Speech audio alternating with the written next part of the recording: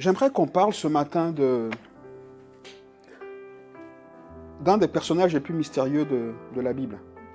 Il y en a beaucoup qui sont mystérieux. Hein. J'ai dit la dernière fois que Jochebed, c'est un personnage mystérieux, mais pas pour les mêmes raisons. Jochebed, c'est mystérieux à cause du fait qu'on a très peu d'informations sur lui. Donc, voilà, en soi, c'est un mystère à cause de ça. Mais la personne dont on va parler, on a beaucoup d'informations sur lui. Mais il est un mystère à cause de tout ce qu'on dit de lui, à cause de tout ce que la Bible dit de lui, parce qu'on est très peu d'accord en final sur ce que la Bible veut nous enseigner de lui. Et ce matin, j'aimerais qu'on regarde 2-3 choses pour sortir, dégager une pensée, une interprétation, une révélation de ce que Dieu veut nous dire au travers de la vie de Job. Ah, Job, on l'aime par moment, on l'aime moins par moment. Comment je vais dire, il est un modèle pour nous par moment. Par d'autres moments, on n'a juste pas envie qu'il soit un modèle parce qu'on n'a juste pas envie de vivre ce qu'il a vécu. Par moment, on se dit, waouh, quel gars, et puis par moment, on se dit, mais il était quand même un peu bizarre, ce gars. Est-ce qu'on se rappelle de Job? En général, même si on ne se l'avoue pas, c'est qu'on le voit comme quelqu'un contre qui Dieu s'est acharné sans raison. C'est un peu ce qu'on dégage de ce livre au final, parce que quand on parle du livre de Job, c'est souvent pour dire qu'on veut parler de la souffrance, mais sans trop de raison, parce qu'au final, on ne sait pas pourquoi Dieu a permis que Satan fasse souffrir autant Job. Enfin, on ne sait pas.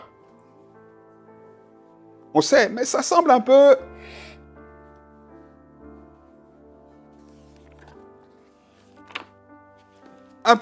comment je vais dire ça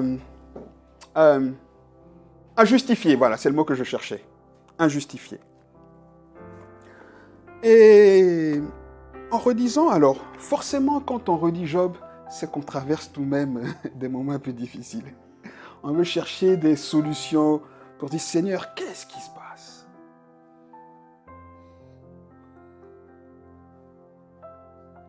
Et on trouve des solutions, amen.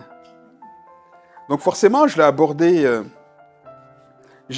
ma relecture de ce livre un peu dans cet état d'esprit-là. En disant, Seigneur, alors j'ai pas la prétention d'être comme Job, mais si je peux un peu regarder à ce que Job a souffert, a vécu, peut-être que ça va m'encourager dans ce que je traverse.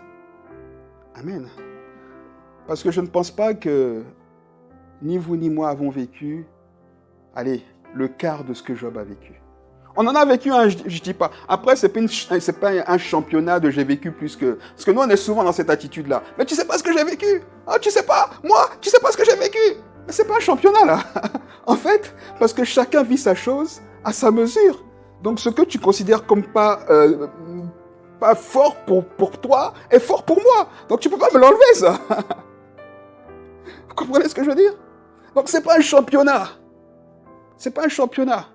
Quelqu'un peut dire, ouais, mais moi j'ai traversé une période de maladie, t'as pas idée. Puis l'autre dit, ouais, mais moi j'ai eu un cancer, j'en ai pas pleuré. Hein. Oui, mais parce que c'est pas un championnat. Toi tu peux bien traverser un cancer et moi moins bien, mais on souffre les deux. Donc accepte que je souffre mon cancer comme je veux. Toi, soutiens-moi. Vous comprenez?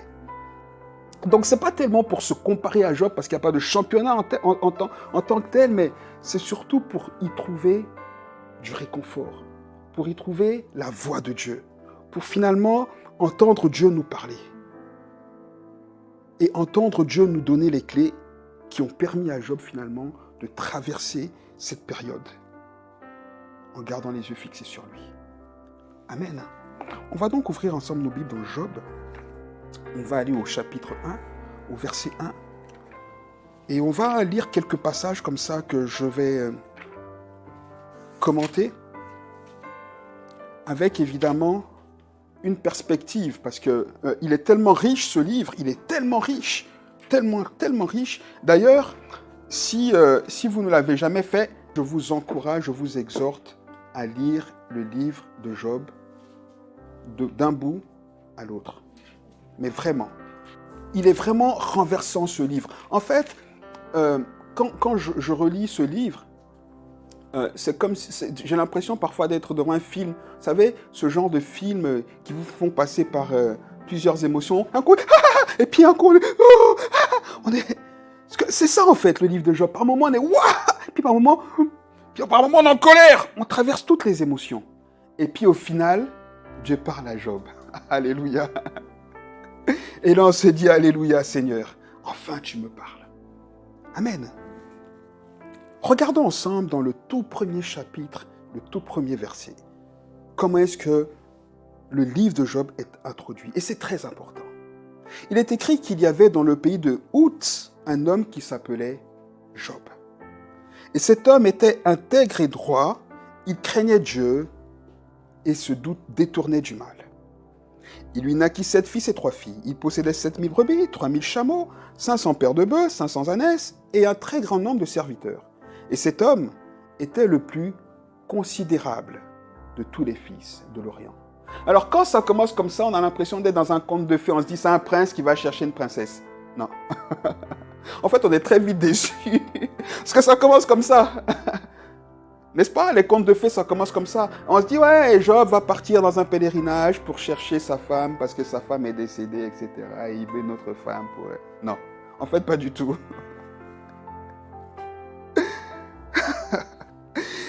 Verset 4. Ses fils allaient les uns chez les autres et donnaient tour à tour un festin. Et ils invitèrent leurs 3 sœurs à manger et à boire avec eux. Et quand les jours de festin étaient passés, Job appelait et sanctifiait ses fils, puis il se levait de bon matin et offrait pour chacun d'eux un holocauste. Car Job disait, peut-être mes fils ont-ils péché et ont-ils offensé Dieu dans leur cœur. C'est ainsi que Job avait coutume d'agir. Et là, c'est un des passages où on se dit, waouh, mais quel gars! Oh, mais Job, waouh! Oh, quel gars consacré, quelle consécration! N'est-ce pas? Ok. Et puis voilà une partie qui change le décor. Verset 6. Or les fils de Dieu vinrent un jour se présenter devant l'Éternel, et Satan vint aussi au milieu d'eux. Et l'Éternel dit à Satan, « D'où viens-tu » Et Satan répondit à l'Éternel, « Ben, je viens de parcourir la terre, je viens de m'y promener. » Et l'Éternel dit à Satan, « As-tu remarqué mon serviteur Job? Il n'y a personne comme lui sur la terre. C'est un homme intègre et droit, craignant Dieu et se détournant du mal. » Alléluia. Vous voyez qu'en un chapitre, sur 10 versets, 2 fois, on dit de Job qu'il était intègre, droit et qu'il craignait Dieu. Amen. Et Dieu même dit ça de Job. Pour le coup, clairement, Dieu a dit. Là, il n'y a pas d'ambiguïté. La Bible dit, l'Éternel dit à Satan. Donc, Dieu lui-même, sans que personne ne puisse le contredire, témoigne de Job en disant, l'as-tu remarqué? Il n'y a personne comme lui sur la terre. Bon, donc ça veut dire qu'à ce moment-là, sur la terre, il y avait très peu ou quasiment pas de personnes intègres, droites, craignant Dieu et se détournant du mal. Bon, ça ressemble un peu à mon époque, en vérité. J'ose le dire. Ça ressemble un peu à notre temps. Je vais y revenir. Et voilà que Satan répond à Dieu au verset 9. Il dit, mais est-ce pour rien que Job te craint? Mais écoute, tu le protèges, lui et sa maison, et tout ce qui est à lui. Tu le bénis, tu bénis l'œuvre de ses mains, tu multiplies ses troupeaux, tu étends ta main, sur tout ce qui lui appartient. Et il dit, verset 11, mais étends ta main, touche à tout ce qui lui appartient, et je suis sûr qu'il te maudit en face. Là, c'est un défi quand même. Bon, arrêtons-nous ici, on va y revenir dans 2 minutes. On va aller un peu pas à pas. La première chose ici, dans cette première partie qui est intéressante, et peut-être, j'espère qu'on sait, j'espère qu'on le sait, que ce texte nous dit c'est que Dieu observe chacun de nous. En fait, Dieu a un satellite spécial qui est programmé sur chacun de nous. Mais ça, en fait, je pense des fois, on a l'impression... Moi, j'ai l'impression, je me mets aussi dedans, hein, que nous, les chrétiens, on pense que parfois, on peut faire des choses en se cachant de Dieu. Bon, ça, je fais, il ne sait pas, il ne voit pas. Mais en fait, son satellite, il voit tout. Tout ce qu'on fait. Même les positions les plus gênantes dans lesquelles on se trouve, Dieu les voit. Et c'est là qu'on doit se dire que Dieu est bon, parce que Dieu ne vient pas nous taper. Arrête! Non! Pourtant, il voit. Il observe, mais il ne le fait pas qu'observer. Dieu juge ce qu'on fait. Parce qu'il n'a pas qu'observé Job. Il n'a pas juste dit, as-tu remarqué mon serviteur Job? Il dit, est-ce que tu l'as vu? Il n'y a personne comme lui. Il juge, il le compare. Il est fidèle, il est droit, il est intègre. Il le juge. Moi, je me demande si on réfléchit des fois à ce que Dieu pense de nous maintenant. Parce que, écoutez, si Dieu nous observe, il y en a un autre qui nous observe. Hein? Ah oui. Alors évidemment, Satan n'est pas partout en même temps. Mais Satan a au moins un démon qui nous suit partout. Les démons, quand on ferme la porte, ils peuvent entrer, hein, vous savez. Hein? Parce que parfois on oublie. Vous savez que quand on prie, un démon peut venir nous regarder. Il peut même venir s'asseoir à côté de nous. Et puis il dit, oh, arrête de jouer là, ça ne sert à rien. Vous savez ça? C'est pour ça que quand on prie, il faut déjà nettoyer l'environnement. Quand on commence à dire, hé, Satan, tu n'as rien à faire ici, hein, je m'environne du sang de Jésus, là, maintenant, il est bloqué. C'est ça. Sinon, les démons, là, ils nous suivent. Hein. Tant qu'ils ont le droit, ils nous suivent. Hein. Et eux aussi nous observent, surtout dans les positions les moins confortables. Et Job a observé, Satan a observé Job. Il dit, ouais, j'ai vu Job. Mais, moi je l'ai vu, mais je vois comment tu le bénis. Tu le gardes, tu le protèges, sa famille, tout est nickel. Tu fais tout pour lui, là. Mais comment tu veux pas qu'il te craigne dans des conditions comme ça? Vous comprenez? Donc, d'un côté, Dieu observe Job et il le juge. De l'autre côté, le diable observe Job et il le juge. Et c'est vrai pour nous aussi. Alors, peut-être que quelqu'un va dire, ouais, mais ça, c'était à l'époque de Job. Maintenant, on sait que le diable n'a plus accès au trône de Dieu parce que Jésus a nettoyé et purifié. C'est vrai. Jésus a purifié le ciel et le diable ne peut plus aller comme il faisait là, dans le ciel, pour se balader dans la maison de Dieu. Oui, ça, c'est vrai. On voit ça dans la lettre aux Hébreux. Aucun problème. Je le crois et c'est vrai. Alors, mais je ne sais pas comment, hein. Mais il continue de nous réclamer et de nous accuser. Hein. Parce que Jésus même a dit à Pierre, il dit, Pierre, Luc 20, il dit, ou 21, Pierre, Satan t'a réclamé. Donc, Satan a observé quelque chose qu'il pouvait reprocher à Pierre. Et il est monté vers Dieu, il a dit, hey, je ne sais pas comment est-ce qu'il lui parle, mais il a un canal pour lui parler, ce qui est certain. Il dit, hey, attends, tu vois ton gars Pierre là, hey, il doit venir vers moi là, t'as vu les bêtises qu'il fait là? Et de la même manière, encore aujourd'hui, le diable monte vers le Père pour nous réclamer.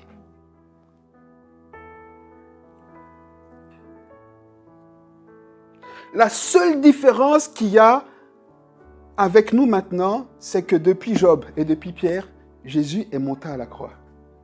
Alléluia. Il est mort. Il est ressuscité. Et son sang est pour nous une protection. À condition qu'on reste sous la protection de son sang.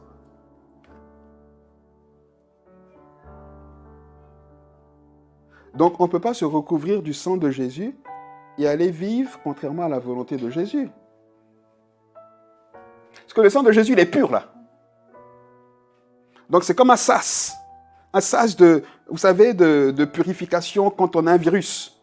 On, rentre dans, on est susceptible d'avoir été infecté par le virus. On passe par le sas, on est purifié, et puis on a accès à la zone pure.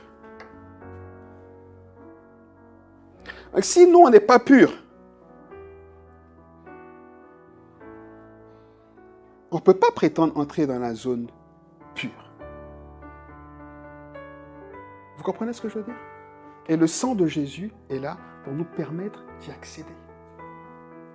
Donc il faut nécessairement passer par le sang de Jésus. En confessant nos péchés, en demandant pardon pour nos péchés. Amen. Donc la première chose que je voulais nous rappeler ici, c'est que Dieu nous observe et nous juge, le diable aussi nous observe et nous juge. À la différence, c'est que le diable, il est toujours prompt à nous condamner et à nous réclamer. Amen. L'autre chose qui m'interpelle ici, c'est que, et ça je suis toujours fasciné par ça, c'est que le diable, la Bible dit que le diable est monté avec les autres anges. Satan, on va dire, parce que quand on dit le diable, on a un problème avec ça. Mais Satan, Lucifer, qui est un prénom en soi, maintenant est un nom, mais qui désigne la personne du diable, monte. Et en fait, il ne demande rien à la personne. Il y a une convocation, il y va. Et c'est Dieu lui-même qui va vers lui pour dire, « Hé, oh, tu viens d'où toi ?»« Oh, mais je te me baladais sur la terre. » Mais, t'as vu Job? Dis-moi, t'as vu Job? C'est extraordinaire. Ok, maintenant ma question c'est, est-ce qu'on est désireux que quand Dieu voit Satan, ou l'ange qui est désigné pour nous suivre, il dit, tu l'as suivi là, tu l'as vu, tu l'as vu, tu l'as vu, intègre, fidèle. Ça doit être une motivation. Ça doit être une motivation. Parce qu'en fait, ça me donne l'image d'un parent, nous là, quand on est parents, et qu'on voit nos enfants et qu'on dit, quelqu'un nous dit, il est beau, t'as vu, hein? T'as vu, il me ressemble, hein? Il est beau, t'as vu comme il... Comprenez? Des fois, on nous demande rien, souvent, on nous demande rien. T'as vu mon fils? Ouais, c'est mon fils, t'as vu? Oh, c'est mon fils, c'est ma fille, oh, t'as vu? Quelle fierté! Et pour moi, c'est ce matin un défi devant lequel j'aimerais qu'on se mette. Qu'on ait à cœur, jour après jour, le soir, que Dieu dise, qu'il ait envie de dire au démon, viens là, Tédéo. J'étais en train de suivre Hugues là. Tu l'as vu. Tu l'as vu. Il est fidèle. Il est fidèle. Au point où le démon, là, il s'énerve. C'est ce que ça t'a fait. Il dit, mais comment il va pas être fidèle? Mais bien sûr qu'il va être fidèle. Mais tu le bénis, tu le protèges. Vous comprenez? Il faut que le diable là n'ait rien à nous réclamer et qu'il soit énervé par le témoignage que Dieu porte sur nous. C'est un défi. Et c'est encore plus extraordinaire en ce qui concerne Job, parce que Job n'avait pas le Saint-Esprit en lui. Et pourtant, ça s'est passé. Vous comprenez? Donc voilà ici, poser ce cadre. Et ici au verset 9, on a, on a ce qui fait l'enjeu de la vie de Job. Satan pose une question à Dieu, qui défie Dieu. Il dit, mais est-ce de manière désintéressée que Job est fidèle comme ça? Et ça pique Dieu. Parce que Dieu veut qu'on l'adore pour rien. C'est pour ça qu'il y a une différence entre l'adoration et la louange. Et la louange, c'est une première étape en vérité. Quand on reste dans la louange, on est superficiel. C'est ça. La louange doit nous faire atteindre le cœur de Dieu où et on l'adore. Et là, on se prosterne, on dit, Parce que la louange, on regarde Dieu face à face. Oh, tu es beau. Oh, tu es magnifique. Oh, ta main puissante. Oh, t'as fait... Mais quand on l'adore, on est prosterné. On est ébloui par sa gloire. C'est ça. Dieu veut qu'on l'adore pour rien. On le loue à cause de ce qu'il a fait, à cause de ce qu'il fait. Tes œuvres sont merveilleuses. Combien tu m'as élevé, combien tu m'as protégé, je te loue. Oui, mais sans qu'il fasse rien. Il est ce qu'il est. Et c'est à cause de ça qu'on l'adore. Et donc là, Dieu est piqué. Dieu dit, attends, qu'est-ce que tu essaies de me dire là? Mon Job là, tu veux dire qu'il est intéressé? Job dit, Satan dit, mais regarde, essaie. Touche à ce qui lui appartient et tu verras. Et nous ici, on doit se demander comment, j'ai écrit ici, combien on aime Dieu au travers de nos épreuves. Est-ce que notre amour, notre vénération, notre adoration reste identique indépendamment des circonstances? Je ne parle pas de la louange, je parle de l'adoration. Et le problème que j'ai aujourd'hui, avec moi le premier à cause de ce monde et avec la majorité des chrétiens, c'est qu'on remet toujours la personne de Dieu dès qu'on traverse une épreuve. Comme si Dieu change en fonction de ce qu'on traverse. Mais non. Dieu, lui, il est le même. Et c'est ce que Job nous apprend. Et c'est le défi devant lequel Dieu met Job et Satan. Il dit, ok, touche-le et on verra. Tu dis qu'il m'adore parce que je le protège? Touche-le et on verra. Et vous connaissez l'histoire. Tout tombe sur Job.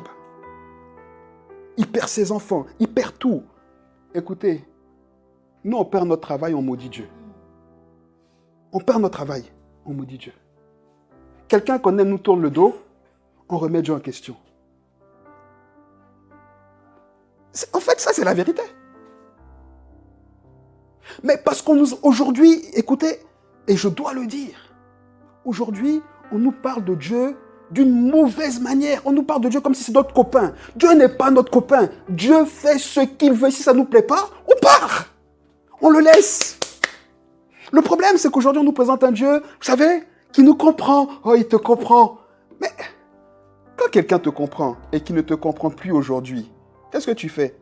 Tu lui tournes le dos, tu dis, mais tu ne me comprends pas. Parce qu'il doit te comprendre, parce que nous, on doit nous comprendre. Oh, tu ne comprends pas ce que je traverse. Non, mais il faut que... Mais tu ne m'écoutes pas, tu m'écoutes. Et qu'est-ce qu'il fait? Il y a conflit. Donc, quand Dieu ne nous comprend plus, ou quand on a l'impression, plutôt, que Dieu ne comprend plus, qu'est-ce qu'on fait? On se rebelle. Pourquoi? Parce que c'est ce qu'on nous dit. Qui mieux que toi me comprend? Tu me connais. Oui, mais seulement quand ça me convient. C'est ça le problème. Et aujourd'hui, la question est là devant nous. Est-ce de manière désintéressée qu'on adore Dieu?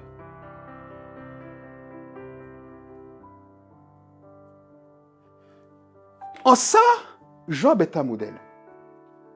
Parce que malgré tout ce qui lui est arrivé, la Bible dit que Job, de sa bouche, n'a jamais péché. Et c'est important quand même qu'on retienne cette expression-là. La Bible dit que de sa bouche, Job n'a jamais péché. Et ça veut dire que, d'une autre manière, Job a péché. Pourquoi la Bible souligne que de sa bouche, Job n'a jamais péché? Regardez. Je retrouve verset 10, chapitre 2. Regardez. Après que Job ait tout perdu, vous savez, hein, il dit, nu je suis venu dans ce monde, nu je repartirai. Sa femme lui dit, mais toi tu es pauvre, tu n'as plus rien, tu as tout perdu et tu continues d'adorer Dieu, mais maudis-le et meurs. Il dit, mais toi tu es folle ou quoi? Tu es une insensée. Dieu donnerait, il ne reprendrait pas. Allez, arrière de moi. Allez, va loin. Oui ou non? Et là, Satan remonte là. Il va voir Dieu. Il remonte. Dieu dit, t'as vu Job? Et Dieu redit une troisième fois. Il intègre, il est droit et il craint Dieu. Il persévère. Regardez, on va revenir si vous voulez bien ici.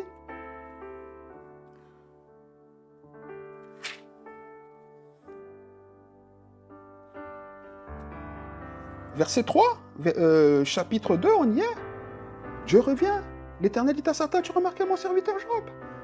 Il y a toujours personne comme lui sur la terre. C'est un homme intègre et droit craignant Dieu et se détournant du mal. Il demeure ferme dans son intégrité. Et pourtant, tu m'excites à le perdre sans motif. Il dit, mais c'est quoi ton problème? Mais Satan ne se démonte pas. Satan dit, mais attends, c'est quelqu'un qui n'est pas attaché au matériel. Il y a des gens comme ça. Le matériel, ce n'est pas son problème. Mais l'homme, si tu touches à sa santé, à son corps, là tu vas voir. Touche-le. Et tu verras s'il ne te maudira pas. Là encore, Dieu est vexé. Dieu dit, ah ouais. Il dit, mais écoute, essayons pour voir. Après, si tu ne veux pas, ben, tu peux te satisfaire de cette adoration. Là, Dieu dit, non, non, non, non, non. Il faut que je l'éprouve. Ok, vas-y. Mais ne touche pas à sa vie. On connaît l'histoire. Job est atteint d'un cancer de la peau. La Bible dit qu'il se grattait et qu'il... de la plante des pieds à la tête. C'était... Ah! Ok? C'est là que sa femme lui dit, mais tu demeures intègre pourquoi? Maudit Dieu est mort. Job lui dit, tu parles comme une insensée. D'accord? Et au verset 10, chapitre 2, vous le voyez, il est écrit, en tout cela, Job ne pécha point par ses lèvres. Alléluia. Alors arrive la partie où les amis de Job entrent en scène. Et il y a un truc très intéressant dans cette intervention des amis de Job. Les amis de Job représentent beaucoup de nous, les chrétiens, aujourd'hui. Au début, ils arrivent, on est là pour toi, oh mais tout va bien. Et puis ils commencent à dire, mais bon, tu dois quand même avoir un problème. Ah non, franchement, avec tout ce qui t'arrive, non, il y a un problème. Job dit non. Il dit, oh, si, c'est obligé, parce que c'est pas possible. Pour que Dieu te touche comme ça, tu dois avoir péché. Tu as déjà vu Dieu toucher quelqu'un d'intègre comme ça, c'est pour rien. Tu dois avoir péché, remets-toi en question. Job dit, hey, Dieu est là, moi, je reste ferme, je n'ai rien fait. Et ce qui me plaît chez les amis de Job, c'est qu'ils représentent les gens qui nous entourent. Pourquoi? Parce que, en fait, pour les amis de Job, si Dieu peut toucher quelqu'un qui n'a rien fait à ce point-là, ils sont en danger. Ils sont inconfortables. Ça veut dire que tous leurs efforts pour plaire à Dieu sont vains. Vous comprenez? Ils sont dans la comparaison, là. Ils sont, en vérité, c'est pas leur problème ce que Job vit. Hein. C'est juste, reconnais ce que tu as fait. Pour nous dédouaner, pour nous dire que nous, voilà, ben nous on est mieux que toi en fait. Toi, tu es un chrétien. En fait, tu te la jouais, le chrétien, mais en vérité, tu avais une vie cachée. Et on est souvent comme ça. Parce qu'on veut toujours paraître mieux que les autres. Parce que nous, tout ce qu'on fait, non, nous, Dieu, nickel. En fait, on cache nos craintes à nous. Et c'est pour ça qu'aujourd'hui, la foi ne veut plus rien dire dans l'Église. Parce que quand tu es atteint par des situations difficiles et que tu réclames faire confiance à Dieu, attendre l'intervention de Dieu, on te dit tu es fou. Tu devrais déjà réfléchir à ce que tu as mal fait. C'est assez clair ce que je suis en train de dire ou pas? C'est assez clair?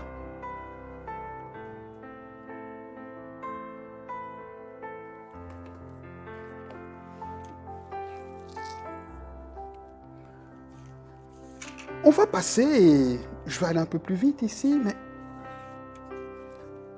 l'intervention de Dieu qui arrive à la fin est aussi très interpellante. Parce que quand Dieu intervient pour parler à Job, il ne dit pas à Job, pourtant Dieu avait témoigné auparavant, on l'a vu 3 fois, que Job était intègre, droit, et se détournait du mal, d'accord? Mais quand Dieu vient répondre à Job ici, je regarde vite fait, au chapitre 38, il ne dit pas, mais Job, en fait, tu sais, ils n'ont rien compris. En fait, tu sais, c'est Satan qui venait m'exciter pour te perdre et tout. En fait, non, mais tu étais droit, tu étais juste, il n'y a aucun problème. En fait, voilà, je t'explique, tout va bien. Non! C'est pas ce qu'il fait, Dieu. Qu'est-ce qu'il fait? Il remet Job en question, oui ou non? Oui ou non? Il remet Job en question. Il dit, mais qui est celui qui obscurcit mes desseins par des discours sans intelligence? En fait, il dit, en fait, tu me tiens tête. Tu me réponds. Il dit pas, pourtant il a dit qu'il était fidèle et droit. Donc pourquoi est-ce que Dieu vient pas pour dire non, mais en fait tout va bien, tout est arrêté maintenant, ok, laissez-le, il y avait un problème avec le diable, non. Non, Il continue. Il dit au verset 3, terrain terrain comme un vaillant homme, je t'interrogerai et tu m'instruiras. Vas-y, viens, tu vas me dire. Viens, tu vas m'expliquer. Tu sais tout. Tu es droit, ben viens m'expliquer. Tu n'as rien fait, ben viens m'expliquer. Alors ici, quand même, je me demande, mais qu'est-ce que Dieu a reproché à Job?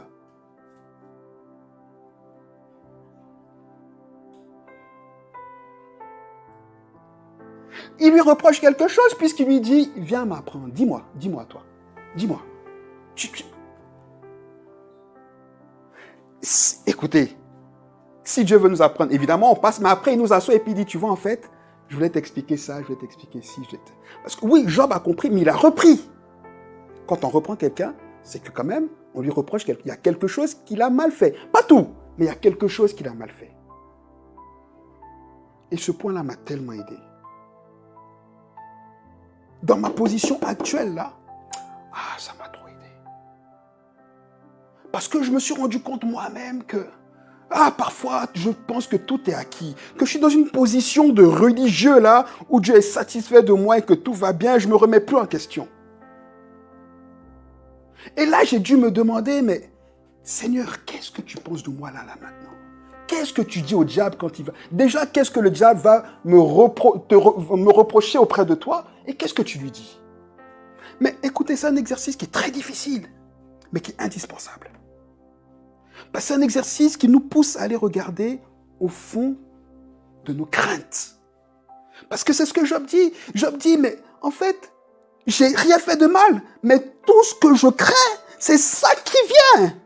Alors que la crainte a un pendant qui est son contraire dans notre foi, qui est la foi justement. La crainte empêche la foi. Et là, je reviens, quand je relis justement ces premiers passages sur Job, je me dis, je ne l'avais pas vu comme ça. Mais à la lumière de ça, je me dis, il manque quand même quelque chose de très spirituel dans la présentation que la Bible nous fait de Job. Parce que quand je regarde, on me dit que Job était intègre. Mais il y a des gens qui sont intègres sans connaître Dieu.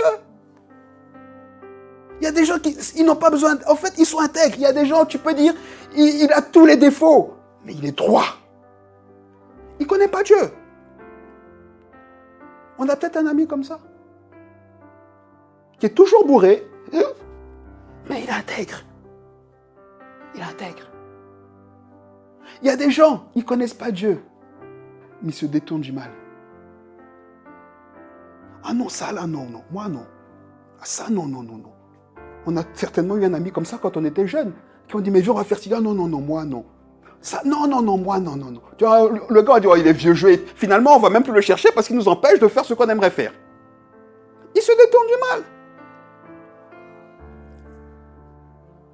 Par contre, il y a une chose qui a permis à Job d'avoir ce témoignage de Dieu, c'est qu'il craignait Dieu.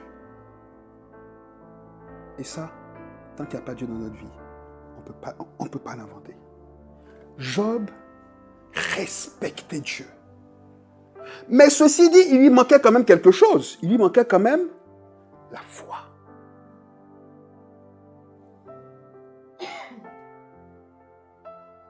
Quand on regarde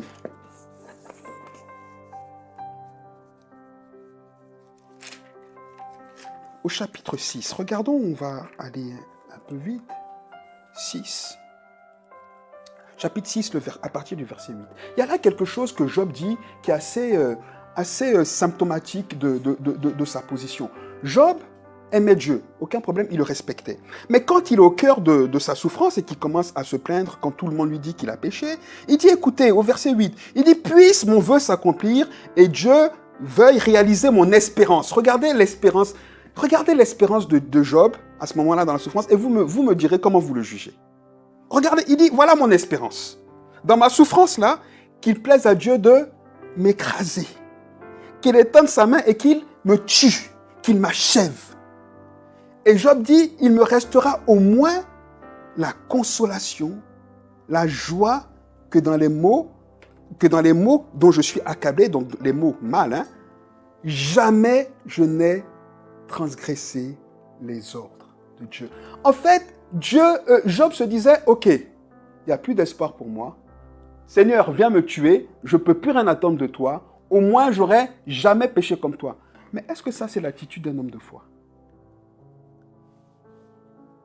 Tu n'es pas mort et tu dis que ta vie est finie. On est d'accord? La foi nous appelle à quoi? La foi nous appelle à voir Dieu tel qu'il est. Le Dieu qui n'a jamais changé. C'est inconcevable que Job qui savait que Dieu est le créateur de toutes choses, ok? Qui était censé connaître le Dieu qu'il respectait, parce qu'il est au plus bas de sa vie, ils disent, il n'y a plus d'espoir pour moi. Mais c'est contraire à la foi. Mon espérance, c'est de mourir, j'attends plus qu'une chose, c'est la mort. Mais quelle tristesse, que Dieu m'en garde. Que Dieu me garde de faire une telle déclaration dans l'adversité. Ceci dit, ce que Job a vécu explique, mais ne justifie pas, mais explique, parce que forcément, dans une attitude comme ça, on peut comprendre. On peut comprendre. Encore une fois, ici, sans comparer l'un ou l'autre, la souffrance de l'un ou de l'autre, quand on prend le petit Joseph, qui avait été déporté, qui était le préféré de son père, qui avait été déporté, qui était passé du fils préféré à l'esclave. Satan a essayé. Satan a envoyé la femme de Potiphar. Il a dit, écoute Joseph, elle là, c'est ta seule porte de sortie. Va avec elle, tu verras. Joseph a dit quoi? Joseph a dit non. Joseph n'a pas dit, ouais, j'ai plus d'espoir, je suis si loin de chez moi, comment je vais faire pour m'en sortir? Ok, bon, ma seule espérance, c'est d'aller avec la femme de Potiphar. Non. Vous voyez la différence entre Job et par exemple Joseph, face à laquelle Dieu nous met. Et c'est pour ça que j'ai dit en introduction que Dieu met un enjeu au verset 9, quand Satan lui dit, est-ce de manière désintéressée de Job? D'accord. C'est ça.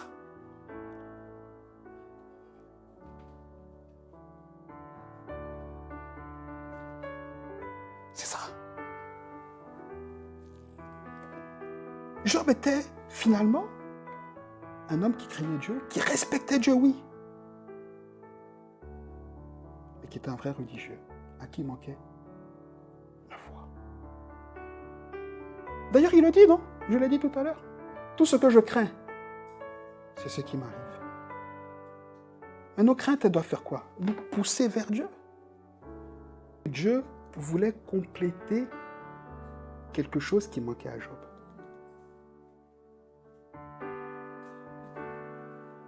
Et le seul moyen pour Dieu, vis-à-vis du diable, et vis-à-vis de nous-mêmes, de nous faire progresser, c'est de toucher les choses auxquelles on tient, pour voir si c'est pour rien qu'on l'adore ou pas, si notre adoration demeure semblable dans ces moments-là ou pas.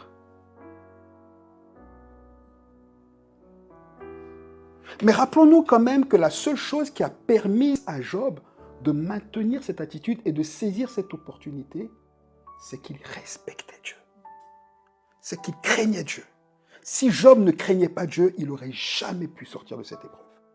À cause de sa crainte de Dieu, il a pu être confronté à la foi et il a accepté de se remettre en question. C'est ça. Laissez-moi lire encore un petit passage qui m'a frappé et on va gentiment aller vers la conclusion.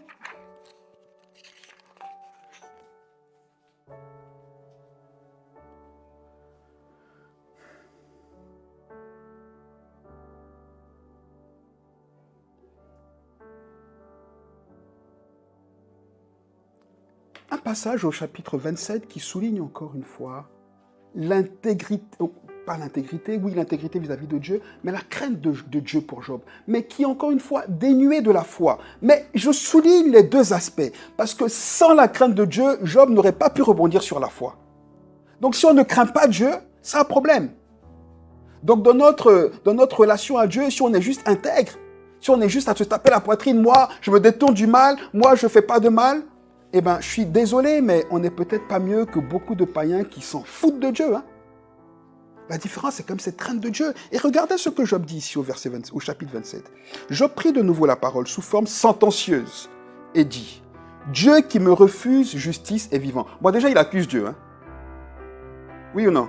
Il ne pêche pas, mais il accuse Dieu. Hein? Il dit, Dieu me refuse sa justice. Mais c'est pas grave. Il dit, mais c'est pas grave, il est vivant quand même. OK? Moi, je pense qu'on a tous dit quelque chose comme ça hein, quand on est au plus bas. Hein. Ça, OK. Ensuite, il dit, le Tout-Puissant qui remplit quoi? Mon âme de quoi? D'amertume. Vous voyez où c'est que Job en est? Il est vivant. C'est quand même extraordinaire. Hein? Il dit, Seigneur, en fait, tu t'acharnes contre moi, hein? Mais tu es vivant. Tu es Dieu. Vous comprenez? Il n'a pas la foi, mais il a le respect de Dieu. Donc, il reconnaît quand même que Dieu est Dieu. Il ne croit pas que Dieu est capable puisqu'il dit, tu m'as abandonné, tu remplis mon âme d'amertume. Mais c'est pas grave, ça n'empêche que tu es Dieu. Je ne suis pas capable d'élever mon niveau de foi pour t'adorer, pour que ma situation soit renversée, mais je te reconnais comme Dieu, je te respecte quand même. Vous comprenez? Et c'est à cause de cette attitude, que Dieu répond à Job. Il dit, aussi longtemps que j'aurai ma respiration et que le souffle de Dieu sera dans mes narines, mes lèvres ne prononceront rien d'injuste. Ma langue ne dira rien de faux.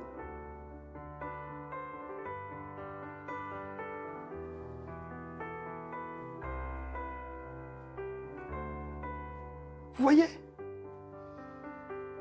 La crainte de Dieu. Alors, ici, je m'imagine Dieu, mais là comme un humain. Dieu n'a pas réagi comme ça, parce que Dieu n'est pas comme moi. Mais moi, si je suis Dieu, et que je vois Job comme ça, je suis dans un sentiment un peu mitigé, mais quand même un sentiment qui est dominé par le fait que, il me reconnaît quand même quelque part. Et il lui manque quelque chose, mais quand même, il reconnaît que je suis vivant. Il dit que il ne sait pas en fait, il lui manque une information, mais il m'honore quand même. Et qu'est-ce que j'ai envie de faire? J'ai envie d'aller lui donner ce qui lui manque là. Job n'a rien demandé. Job n'avait même pas assez de foi pour appeler Dieu pour lui demander quoi que ce soit. Mais à cause de son intégrité vis-à-vis de Dieu, Dieu se révèle à lui. Donc c'est suffisant. Le respect de Dieu, la crainte de Dieu. Et la crainte de Dieu, ça veut dire quoi? Ça veut dire quand même reconnaître Dieu pour qui il est. La crainte de Dieu, c'est pas se rebeller contre Dieu. Oui, tu me comprends plus. Et puis bon, c'est bon. Et puis de toute façon, tout ça, c'est n'importe quoi. Et puis pendant 6 mois, on reste à la maison. On accuse tout le monde de tout. Alors le pasteur, oui, évidemment, c'est toujours de sa faute. Et puis voilà. Et puis demain, ça va mieux. Écoute, ça va mieux. Allez, on se réconcilie, Seigneur, allez. Là. Non, mais Dieu, c'est pas notre petit copain là. Et le problème, c'est que ça, les chrétiens d'aujourd'hui ne veulent pas l'entendre. Quand on dit qu'on est dur. Mais si on ne présente pas Dieu tel qu'il est, Dieu ne peut pas se révéler à nous comme il a fait à Job. Parce qu'on ne le connaît pas. C'est ça le problème de nos chrétiens aujourd'hui. C'est ça le problème. Parce qu'on ne comprend pas que, excusez-moi, je vais dire ça de manière pas propre, mais Dieu s'en fout de ce qu'on pense de lui. Il est ce qu'il est par lui-même. Qu'on le veuille ou pas, qu'on dise le contraire. Il s'en fout. Parce qu'il n'a aucun intérêt en fait. Celui qui a de l'intérêt, c'est nous. Vous comprenez ce que je veux dire?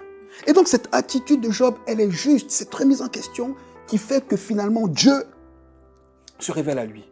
On est d'accord? Et je l'ai dit, ce qui nous permet de comprendre et de lire la vie de Job à la lumière de ce que je viens de dire, c'est quand Dieu appelle Job. Qu'est-ce qu'il dit à Job quand il appelle? Il dit, ceins-toi de ceinture et dis-moi, instruis-moi, est-ce que tu étais là? Dieu fait quoi? Dieu rappelle à Job, pas ce qu'il a fait, mais qui il est. Il dit, écoute, tu me louais là, maintenant adore-moi, comprends qui je suis. Regarde l'hippopotame, tu vois comme il est costaud, c'est moi qui l'ai rendu fort. Regarde les eaux là, c'est moi qui ai fermé leurs portes, jusqu'ici elles ne dépassent pas. C'est moi qui Est-ce que tu te rappelles, est-ce que tu sais tout ça? Et là, Job commence à revenir à la simplicité de l'évangile, que Dieu est Dieu. Que je sois content ou pas, que je sois malade ou pas, ça ne change rien, Dieu est Dieu. Amen ou pas? Et c'est pour ça que Dieu, quand il finit de reprendre Job et qu'il lui dit, remets-toi à niveau, souviens-toi de qui je suis, souviens-toi, sans qu'il dise quoi que ce soit, Job dit quoi? Job dit, écoutez, quelqu'un dont l'histoire commence, chapitre 1, verset 1, il était un homme qui s'appelait Job, il était intègre, il était droit, ok? Il craignait Dieu. Le chapitre commence comme ça. Lui, à la fin, qu'est-ce qu'il dit? Il dit, Seigneur, excuse-moi. Je parlais de mystères que je ne comprenais pas. Je ne sais pas si vous vous rendez compte. Il dit, je parlais de mystères que je ne connaissais même pas. Mais aujourd'hui, alors que mes oreilles entendaient parler de toi, mes yeux t'ont vu. Et ça fait la différence. Quand on a vu Dieu, mais qu'est-ce qui peut nous empêcher de nous élever au-delà de toutes les souffrances de ce monde? On s'en fout. Je ne dis pas que la souffrance n'est rien. Oui, mais au final, la souffrance est une illusion. Pourquoi? Parce que Jésus même a souffert, parce qu'il devait mourir. Jésus n'a pas rejeté la souffrance. C'est pour ça que David, il dit dans le psaume 23, il dit, quand je traverse la vallée de l'ombre de la mort, je ne crains aucun mal. C'est pour ça que Jacques, il dit, quand vous traversez toute forme d'épreuve, réjouissez-vous. On se dit, mais ils sont complètement fous. Non, ils ont vu Dieu. Ils ont vu Dieu. Et ils savent que quand il y aura un point final ici à cette vie, malgré toute la souffrance, elle sera oubliée quand elle sera face. C'est ce qu'on a chanté. Et quand quittant les douleurs de ce monde,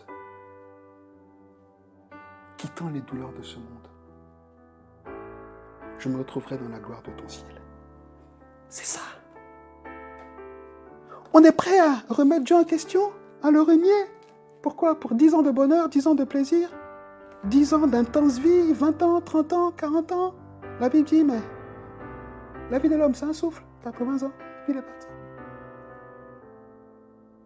80 ans. 80 ans. Sur l'histoire de l'humanité, ça vaut quoi? 80 ans. Mais pour ça, il faut avoir vu Dieu. Il faut l'avoir cherché. Il faut le connaître toujours plus tel qu'il est. Pas en fonction de ce qu'il fait. Pas un Dieu qui est capable de nous comprendre. Un Dieu qui m'a aimé le premier. C'est vrai, mais on insiste trop sur ces choses qui finalement fragilisent l'image qu'on a de Dieu. Oui, c'est vrai. Mais il faut absolument nous rappeler aussi que Dieu est souverain.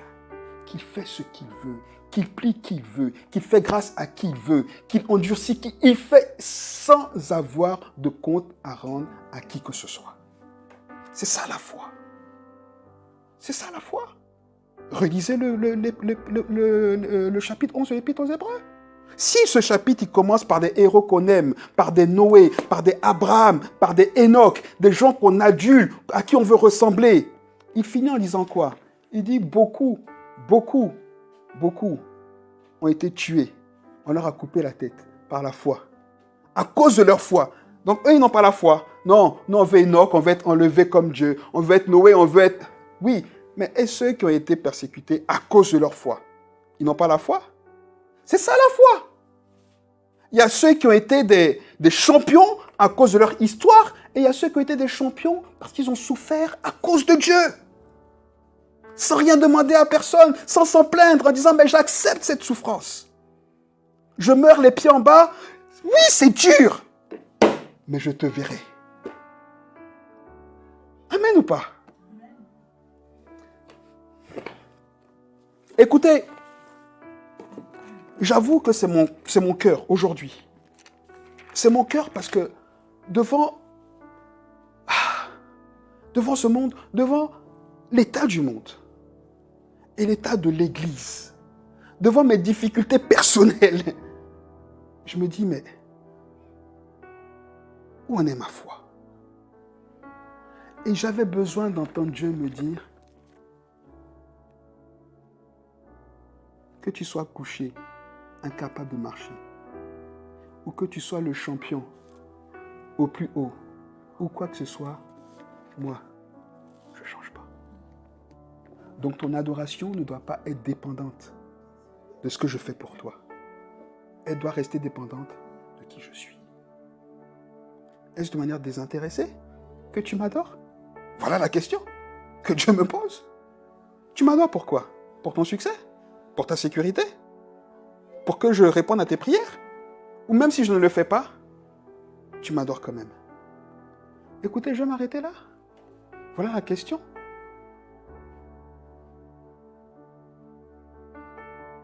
Que je mets devant chacun de nous. Est-ce de manière désintéressée qu'on adore Dieu?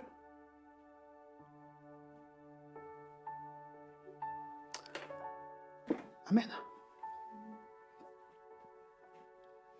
Amen.